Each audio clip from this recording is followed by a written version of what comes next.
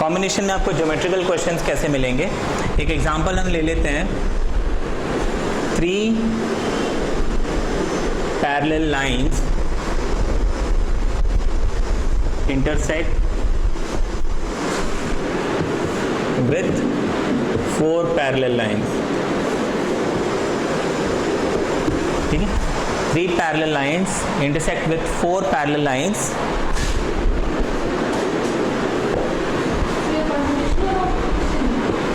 ये आपको आइडेंटिफाई करना है।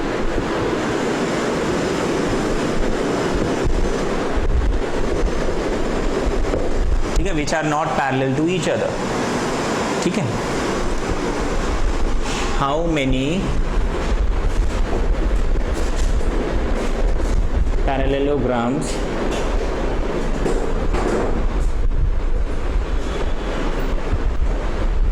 कैन बी फॉर्म्ड, ये क्वेश्चन है। How many parallelograms can be formed. पहली चीज़ तो ये क्वेश्चन समझ में नहीं आता फर्स्ट अटेम्प्ट में, तो पहले तो हमें इस क्वेश्चन को समझना है। ठीक है, क्वेश्चन में क्या बोला है, 3 पैरेलल लाइन 4 पैरेलल लाइन के साथ इंटरसेक्ट कर रहे हैं जो आपस में पैरेलल नहीं है। इसका क्या मतलब हुआ,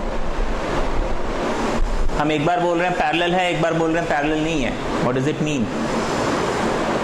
3 parallel lines are parallel to 3 parallel lines intersect with 4 parallel lines. हाँ,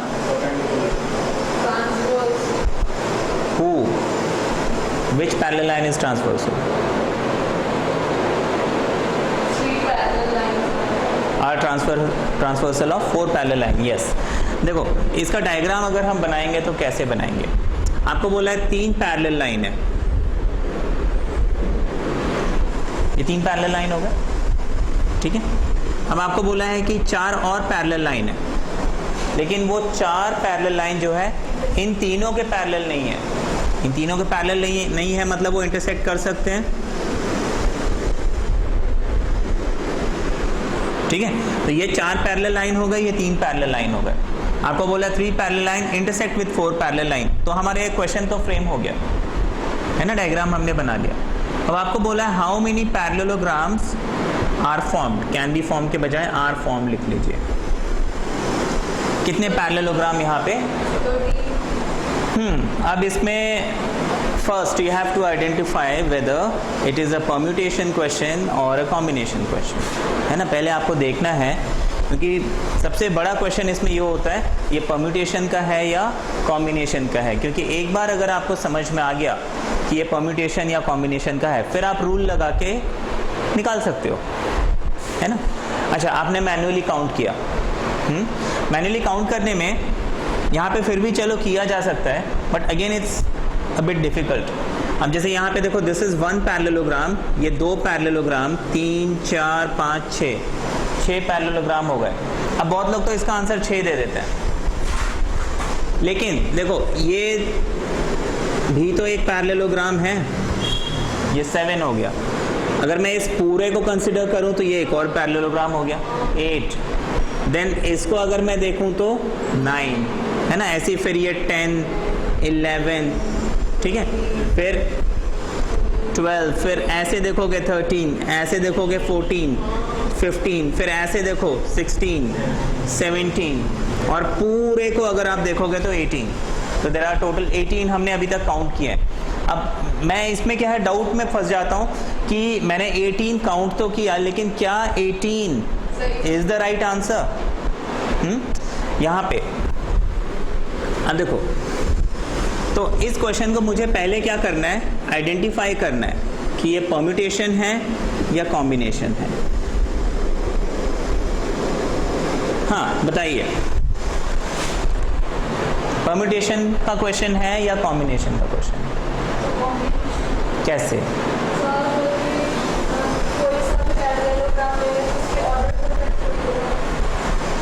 ओके, देखो यहाँ पे आप इसको ऐसे समझ सकते हो, suppose this is L1, this is L2, this is L3 and this is L4।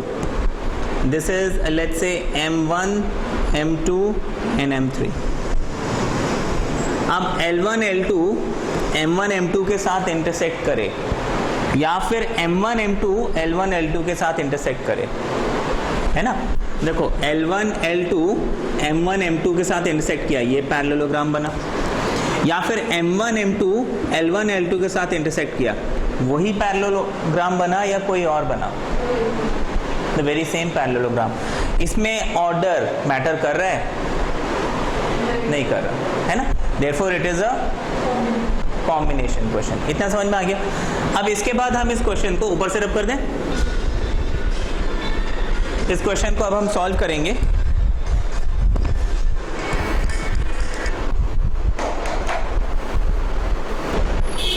अब इस क्वेश्चन को देखो हम सॉल्व कैसे करेंगे। एक बार हमने आइडेंटिफाई कर लिया कि ये कॉम्बिनेशन का क्वेश्चन है, फिर हमें क्या करना है, अब मुझे यहाँ पे देखना है फाइनली मुझे बनाना क्या है इसमें, पैरेललोग्राम, है ना, पैरेललोग्राम।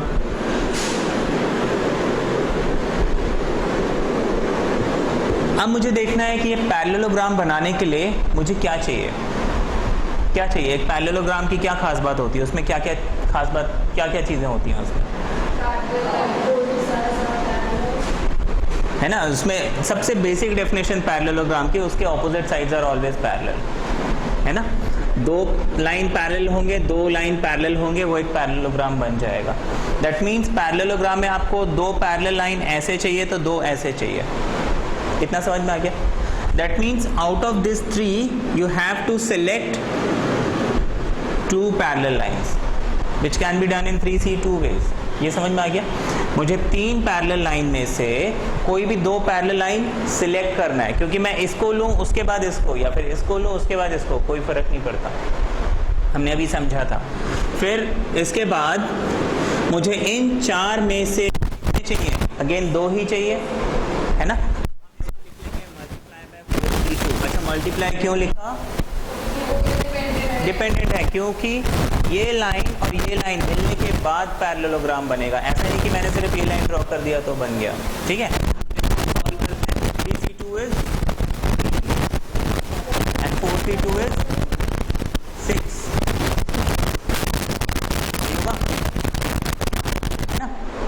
3 6 18, हमने काउंट करके कितना निकाला था 18, लेकिन उसमें चलो हमसे गलती हो जाती, लेकिन यहाँ पे करेक्ट आंसर आ गया, ठीक है ना। इसको फिर स्टेटमेंट में तो आप लिख सकते हो, है ना। Two parallel lines can be selected in 3C2 ways, two parallel lines can be selected in 4C2 ways, number of parallelogram this into this, ठीक है। अच्छा अभी बताते हैं।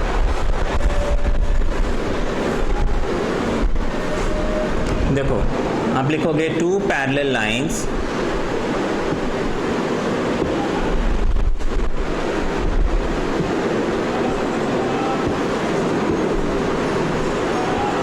selected in two ways and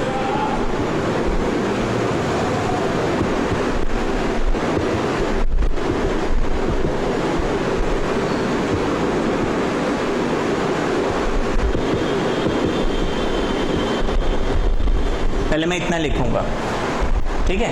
फिर आप लिखोगे bye fundamental principle of counting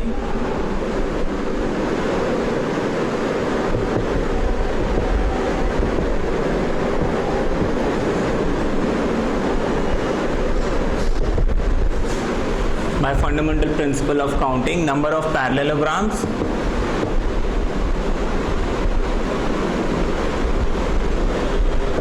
is this। ये आ जाएगा आपका आंसर, ठीक है, सिंपल है।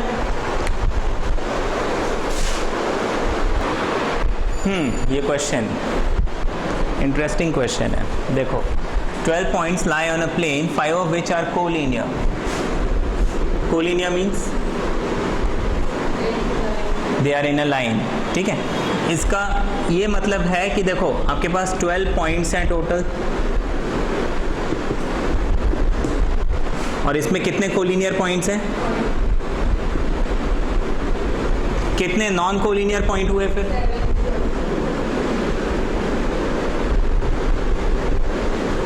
सेवन नॉन कोलिनियर पॉइंट हो गए। अब हमें यहाँ पे निकालना है कि इसमें ट्रायंगल कितने बन सकते हैं।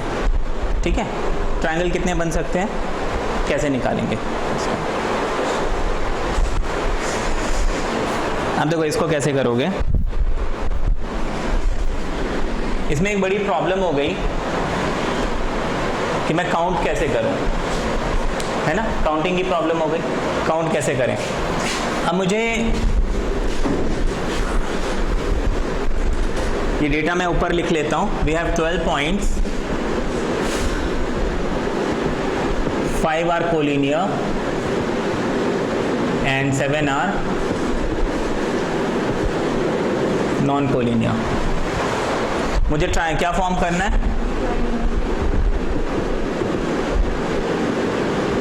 Form a triangle. अच्छा, इस कोलिनियर को हम थोड़ी देर के लिए हटा देते हैं। मैं आपको बोलता हूं कि 12 points lie on a plane and none of them are collinear. ठीक है, कोई भी पॉइंट इसमें ऐसे नहीं है जो कोलिनियर हो। तो आप बताओ कितने ट्राइंगल बन सकते हैं। Simple, 12C3। कैसे? करेक्ट, हमारे पास स्पेस में प्लेन में 12 पॉइंट्स हैं और ट्रायंगल बनाने के लिए आपको कोई भी 3 पॉइंट चाहिए। कोई भी 3 पॉइंट को ज्वाइन कर दो, आपका ट्रायंगल बन जाएगा। सिंपल है ना। तो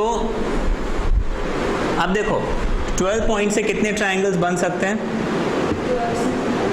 हम लिख लेंगे total number of triangles that can be formed।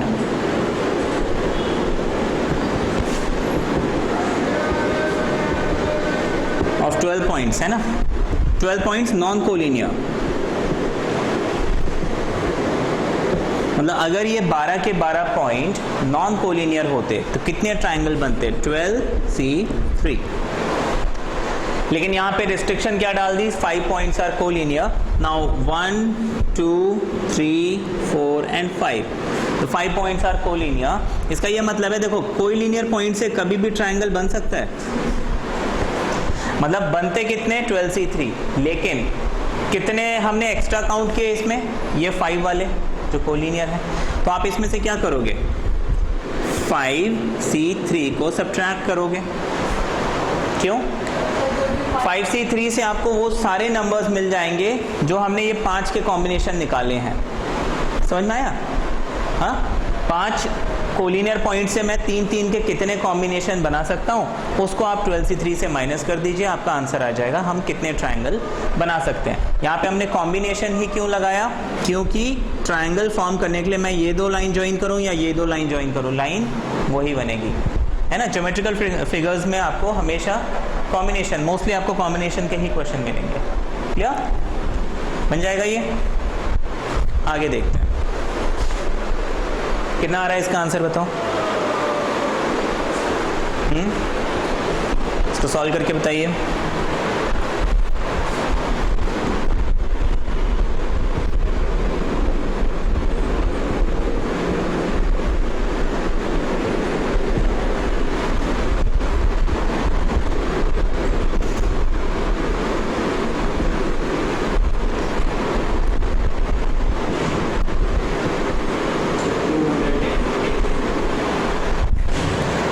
ठीक है, क्लियर हो गया।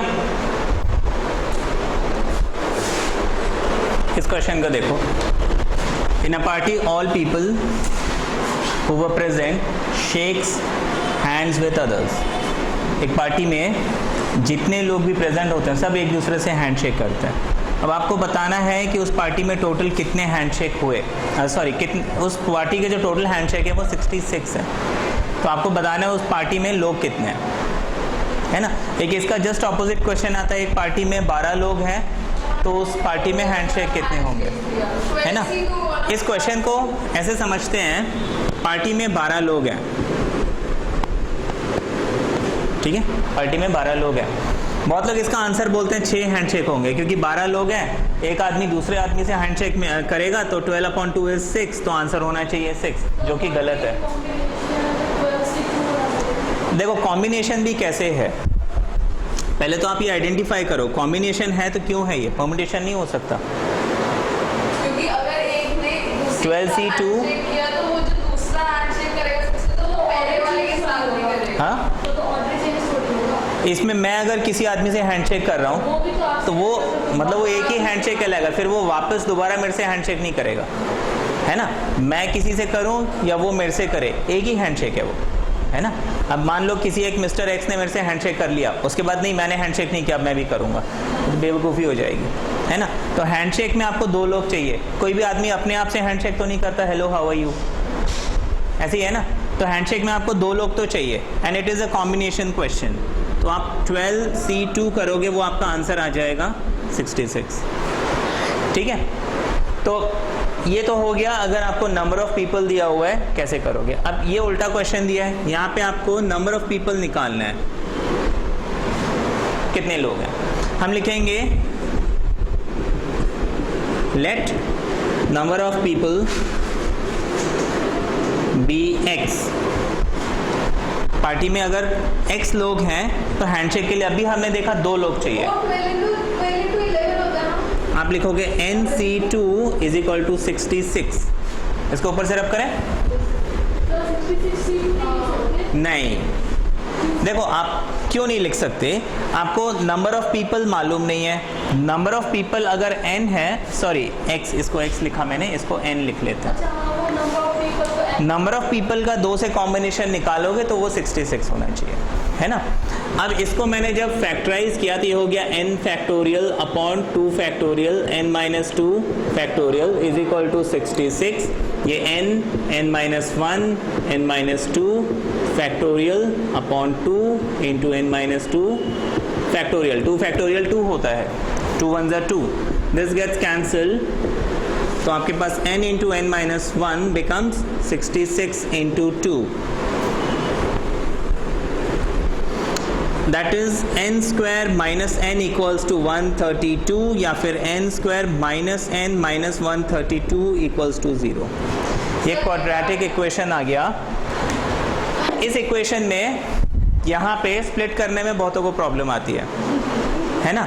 अब देखो इसका तरीका, 132 है, मुझे दो नंबर्स ढूंढने हैं जिनका प्रोडक्ट 132 होना चाहिए, minus b plus minus difference 1 होना चाहिए, है ना। डिफरेंस या सम क्या होना चाहिए, 1 डिफरेंस होना चाहिए, सम होना चाहिए। Friends. Why difference, why not sum. तो ये नेगेटिव में ना, कैसे आइडेंटिफाई करते हैं, मालूम है नहीं मालूम है। क्वाड्रेटिक इक्वेशन में if the last term constant term is negative, आप जो दो फैक्टर्स ढूंढ रहे हो उसका डिफरेंस मिडिल टर्म होना चाहिए। अगर यहाँ प्लस होता तो दो नंबर्स का सम मिडिल टर्म होना चाहिए। अब देखो हम क्या करेंगे, एक स्प्लिट करने के लिए एक आसान सा तरीका हम देख लेते हैं। फैक्टर्स निकालने का एक थोड़ा सा इजी तरीका है, इससे नहीं निकला फिर तो आप फॉर्मूला लगा सकते हो, minus b plus minus root d upon 2a। ये फॉर्मूला तो है ही, लेकिन हाँ उसको अवॉइड करने के लिए हम एक तरीका कर सकते हैं। ये जो कांस्टेंट टर्म है इसको मल्टीप्लाई बाय 1 लिखो, इसको हाफ करो, कितना हो गया, इसको हाफ किया ना तो इसको डबल कर दो। क्या 66 2 का डिफरेंस 1 है, क्या 66 और 2 का डिफरेंस 1 है, नहीं है। इसको दोबारा हाफ हो सकता है, हाफ करो। अब इसको मैंने हाफ किया तो इसको मैं क्या करूंगा, डबल, 2 2 ज़ा, क्या दोनों का डिफरेंस 1 है, क्या ये हाफ हो सकता है, 1/3 हो सकता है, हो सकता है। इसको 1/3 कर दो तो 3 1 ज़ा 3 3 1 ज़ा 3, यहाँ 1/3 किया तो यहाँ क्या मल्टीप्लाई करूंगा, ट्रिपल, 3 4 ज़ा, इनका डिफरेंस 1 है, ठीक है, आ गया फैक्टर। हाँ अब आप इसको क्या करोगे, 11 12 मुझे मिल गया तो मैं इसको लिख लूंगा, इससे डिवाइड करेंगे, उसी से मल्टीप्लाई करेंगे। हाँ जी। अब इसको आप फैक्टराइज कर लो तो आपको n इक्वल्स टू 12 और माइनस 11 मिलेगा, but number of people can not be negative, therefore number of people is 12। समझ में आ गया? तो फैक्टराइज करने के लिए ये एक तरीका याद रखना जब फैक्टर्स आपको ढूंढने हो, ठीक है। इस क्वेश्चन को देखिए, आपको इस क्वेश्चन में बोला हाउ मेनी वर्ड्स विद और without meaning can be form having 3 vowels and 2 consonant by taking letters from the word involute, ठीक है। इस क्वेश्चन में देखो मैंने आपको क्या बोला था, क्वेश्चन को पहले आइडेंटिफाई करना होता है weather it is a permutation question और अ कॉम्बिनेशन क्वेश्चन। अभी तक हमने देखा जितने भी ये वर्ड फॉर्मेशन वाले क्वेश्चन थे वो सब हमने परम्यूटेशन में किए थे, लेकिन दिस क्वेश्चन इज डिफरेंट। क्यों डिफरेंट है? क्योंकि आपको यहाँ पे कुछ एक्स्ट्रा कंडीशन दे दी। आपको यहाँ पे बोला है कि ये जो इनवॉल्यूट वर्ड है ना, इसमें 1 2 3 4 5 6 7 8 लेटर्स हैं। वाउल्स कितने हैं इसमें? ओ हो गया, यू हो गया, ई हो गया और आई हो गया, ठीक है ना। तो 4 वाउल्स हैं इसमें और 4 कॉन्सोनेंट है। 4 वाउल्स हैं और 4 कॉन्सोनेंट्स हैं। आपको बोला है कि मुझे जो वर्ड बनाना है उसमें 3 वाउल्स होने चाहिए और 2 कॉन्सोनेंट होने चाहिए, है ना। दैट मीन्स सबसे पहला काम मुझे वर्ड फॉर्मेशन में क्या करना होगा? First I have to choose 3 vowels. मुझे 3 वाउल्स सिलेक्ट करने आउट ऑफ 4 वाउल्स। इन 4 वाउल्स में से मुझे 3 वाउल्स पहले तो सिलेक्ट करने पड़ेंगे। 4 कॉन्सोनेंट में से 2 कॉन्सोनेंट सिलेक्ट करने पड़ेंगे, उसके बाद मैं उसका परम्यूटेशन निकालूंगा। अब देखो इसको आगे कैसे करेंगे। सबसे पहले तो कितने वाउल्स चाहिए थे? 3 vowels can be selected of 4 in 4C3 ways, है ना। सिमिलरली 4 कॉन्सोनेंट से मुझे कितने कॉन्सोनेंट चाहिए? 2। That can be done in 4C2 ways. तो टोटल नंबर ऑफ सिलेक्शन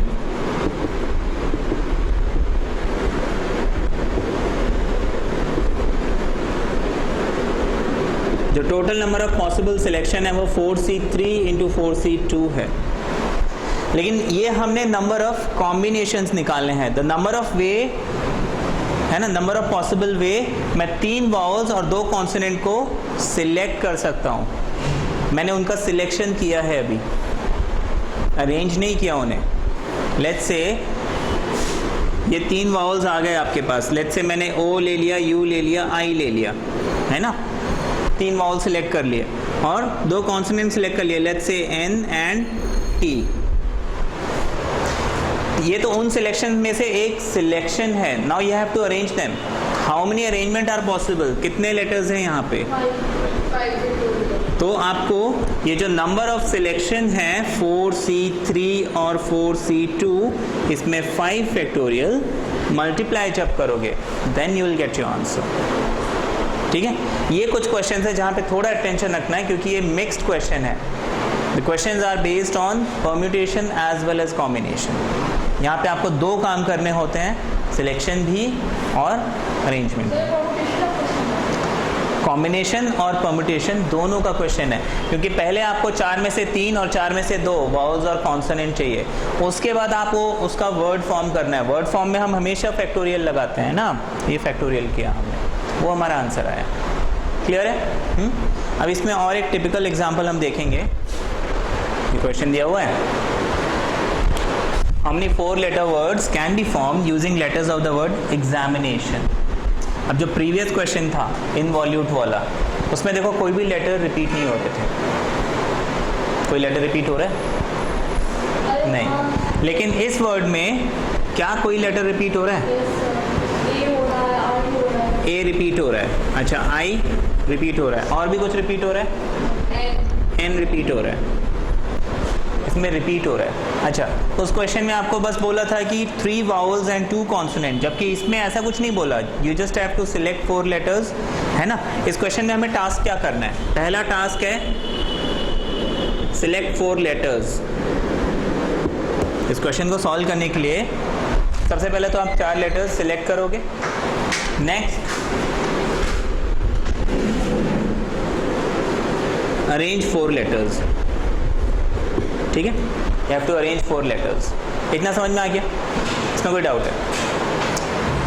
अब ये जो सिलेक्शन है इसमें देखो थोड़ी प्रॉब्लम है। क्या प्रॉब्लम है इसमें? यहाँ पे हाँ, कौन से 4 लेटर्स हम चूज करेंगे? देखो पहले तो 4 लेटर सिलेक्ट करोगे, मतलब कॉम्बिनेशन निकालोगे। कॉम्बिनेशन निकालने के बाद उसको आप आगे पीछे करोगे तो वर्ड्स बनेंगे ना। मान लो इसमें से मैंने ई चूज किया, एक्स चूज किया, ए चूज किया, एम चूज किया।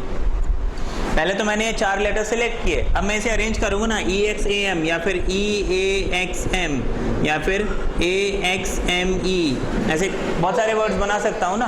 तो वो तो 4 फैक्टोरियल हो जाएगा, लेकिन उसके पहले मुझे ये जो सिलेक्शन करना है वो देखना है कितने हो सकते हैं। अब देखो इस क्वेश्चन में ये है तो कंबाइंड क्वेश्चन, ठीक है, ये है तो कंबाइंड क्वेश्चन, लेकिन करेंगे कैसे इसे?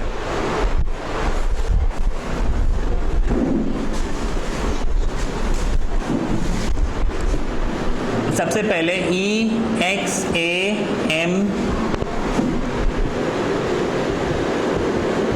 एग्जामिनेशन, मुझे इसमें देखने हैं कौन कौन से लेटर्स हैं। मेरे पास ई है यहाँ पे, मेरे पास एक्स है यहाँ पे, मेरे पास ए है यहाँ पे, लेकिन ए 2 बार है ना। E is done, A is done, X is done. Now I have M, then I have I, लेकिन आई मेरे पास 2 बार है। आई के बाद I have N which is again 2 times. N के बाद है मेरे पास टी, टी के बाद है मेरे पास ओ। इतना समझ में आ गया? इसमें कोई डाउट है? हाँ,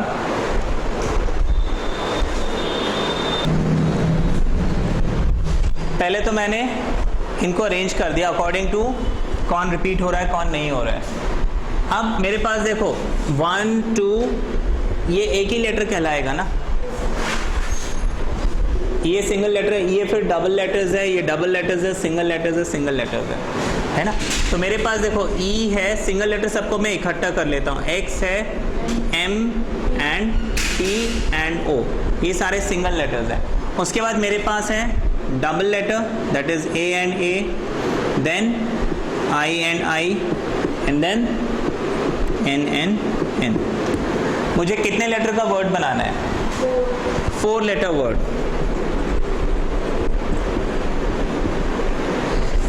अब देखो 4 लेटर वर्ड बनाने के लिए मुझे यहाँ पे सारी पॉसिबिलिटीज निकालनी है। देखो ये 4 लेटर वर्ड, एक कंडीशन है कि उसके चारों लेटर डिफरेंट है।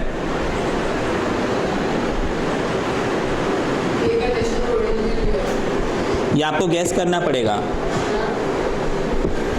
जो 4 लेटर वर्ड है वो इन्हीं लेटर से बनाऊंगा, या तो हो सकता है कि उसके चारों लेटर डिफरेंट हो, एक ई है, एक एम है, एक टी है, एक ए है, चारों लेटर अलग अलग हो गए। या फिर दूसरी कंडीशन हो सकती है 2 अलाइक एंड 2 डिफरेंट। एक कंडीशन ये हो सकता है कि उसके 2 लेटर एक जैसे हों और बाकी 2 लेटर अलग अलग हों, जैसे ए ए टी ओ, तो 2 लेटर एक जैसे हो गए लेकिन 2 लेटर अलग हो गए। ये समझ में आया? दूसरी पॉसिबिलिटी। तीसरी पॉसिबिलिटी हो सकती है 2 अलाइक एंड 2 अलाइक, 2 लेटर एक जैसे हों, 2 लेटर एक जैसे हों। समझ में आ गया? इससे ज्यादा पॉसिबिलिटीज है इसमें। इसमें वो है ही नहीं, चारों एक जैसे कैसे करेंगे? 4 लेटर, अगर 4 लेटर यहाँ रिपीट हो रहे होते तो मैं 4 अलाइक लिख सकता था, है ना। यहाँ पे मेरे पास अगर 3 रिपीट हो रहे होते, मान लो अगर इसमें कोई आपको वर्ड मिलता आर आर आर 3 बार, तो फिर मैं यहाँ पे एक और केस बनाता 3 अलाइक एंड 1 डिफरेंट, है ना। लेकिन वो तो है नहीं हमारे पास, तो हम ये 3 केसेस हैं जो निकालेंगे और तीनों को ऐड कर देंगे। अब देखो ये 3 केसेस हम कैसे करेंगे बारी बारी से। केस 1, इसको मैं केस 1 ले लेता हूँ, इसको केस 2 और इसको केस 3, ठीक है। ये 3 केसेस हो गए हमारे पास। Now case 1,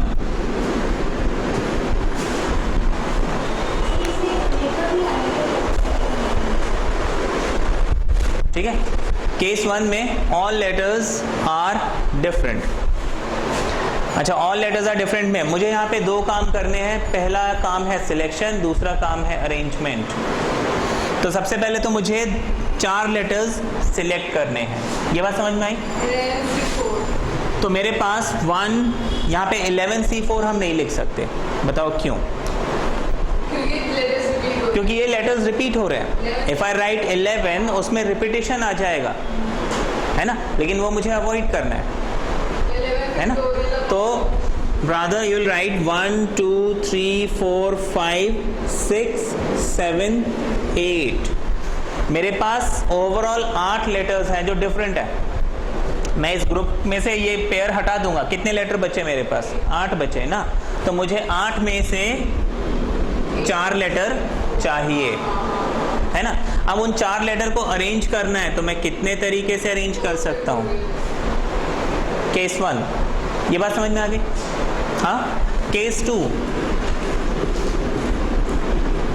you want 2 similar and 2 different। अब 2 similar, नहीं 9C4 देखो आपको 2 एक जैसे चाहिए। मेरे पास सिमिलर लेटर्स यहाँ पे कितने हैं? A है, I है और N है, 3 है। 3C2 पक्का? 3C1 करेंगे। अब बताओ क्यों? देखो आपके पास ये 3 ग्रुप्स हैं, एक A का ग्रुप है, एक I का ग्रुप है, एक N का ग्रुप है। अगर मैंने एक ग्रुप को ले लिया तो मेरे पास कितने लेटर्स आए? तो मुझे सिर्फ एक ग्रुप की जरूरत है। बात समझ में आ गई? तो हम सबसे पहले लिखेंगे 3C1। 3C1 जब मैं करूंगा तो इन तीनों में से एक ग्रुप मेरे पास आ जाएगा, या तो डबल A का ग्रुप आएगा, या डबल I का ग्रुप आएगा, या डबल N का ग्रुप आएगा। इतना समझ में आ गया? अब हम सपोज करते हैं कि मैंने इस N को सिलेक्ट कर लिया। 7C2 अब ये N तो हट गया because it is already selected. अब मुझे 2 क्या चाहिए? डिफरेंट चाहिए। इस N को हटा दो। अब मेरे पास कितने लेटर बचे? 1 2 3 4 5 6 एंड 7। बहुत लोग क्या करते हैं, इसको काउंट नहीं करते हैं, है ना। आपको इसको भी काउंट करना है, मतलब इसको मैंने चूज किया है ना, ये तो बचा है, इसमें से तो सिंगल सिंगल लेटर अभी भी ले सकते हो। तो यू हैव 7 लेटर्स और इसमें से मुझे कितने चाहिए? 2 चाहिए। ये नंबर ऑफ कॉम्बिनेशन है। अब मुझे इनको क्या करना है? अब अरेंज करना है। तो नंबर ऑफ अरेंजमेंट कितने होंगे 4 लेटर्स के? 4 फैक्टोरियल होगा। 4 फैक्टोरियल होगा। 2 फैक्टोरियल। इसको आप डिवाइडेड बाय 2 फैक्टोरियल करोगे क्योंकि यहाँ पे 2 लेटर रिपीट हो रहे हैं। समझ में आया ये? देन केस नंबर 3, देखो 2 अलाइक 2 अलाइक। आप सीधे सीधे आपके पास अलाइक वाले तो 3 ही टर्म्स है ना। मैं इसको रब कर देता हूं।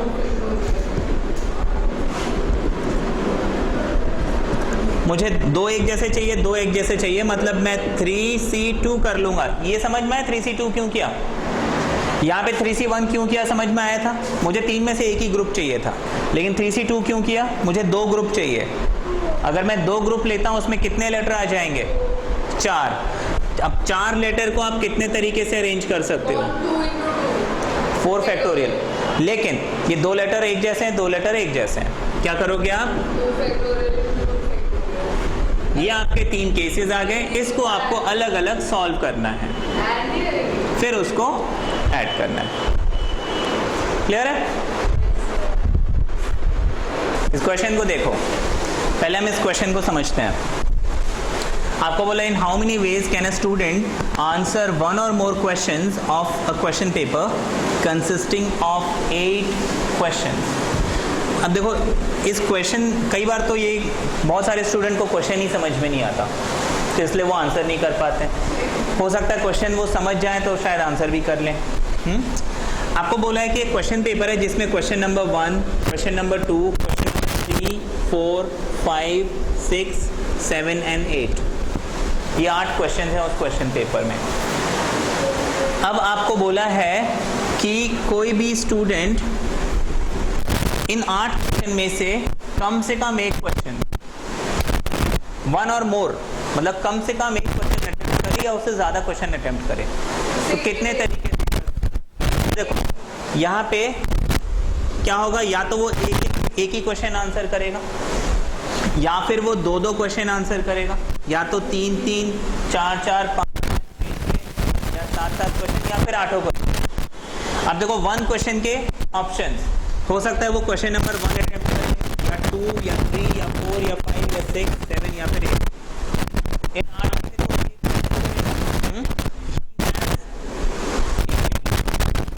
अब 2 तो वो कर सकता है। Let's say question number 1 and question number 2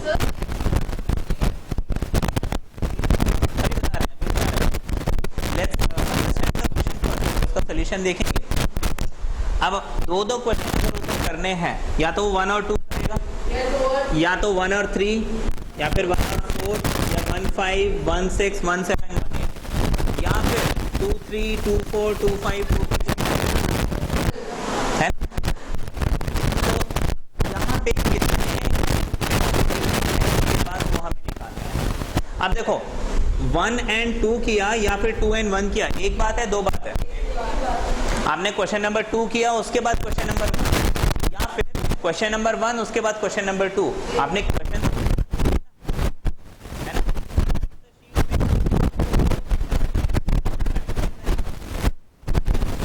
तो बेसिकली आपको जो पहला केस था उसमें 8 में से कोई एक क्वेश्चन चूज करना था। सेकंड जो केस है उसमें 8 में से मुझे कोई 2 क्वेश्चन चूज करना है। कॉम्बिनेशन है ना, परम्यूटेशन तो नहीं है ना, ऑर्डर मैटर नहीं कर रहा। या and 8C3 8C4 up to 8C8 इनको आप ऐड करोगे, वो आपका आंसर है। ठीक है, अब देखो इसका एक सिंपल तरीका आपको बताते हैं। ये हमने 8 तक इसको रख करें,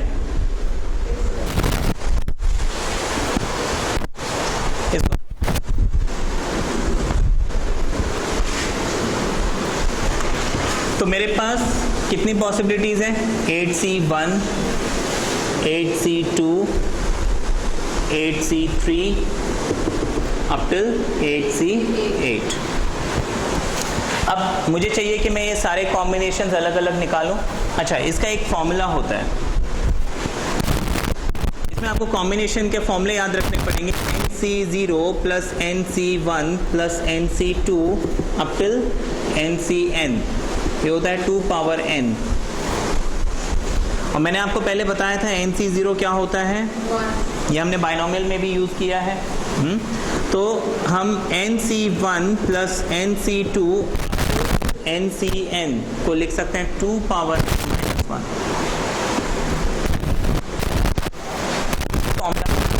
यूज कर लेंगे, तो आप इस 8C8 के कॉम्बिनेशन को लिख सकते हो 2 power 8 -1 and that is 256 -1, that must be 255। तो उस स्टूडेंट के पास 255 ऑप्शंस हैं इस क्वेश्चन को करने या ना करने, है ना, मतलब एक कम से कम एक करे वो। क्लियर? हाँ,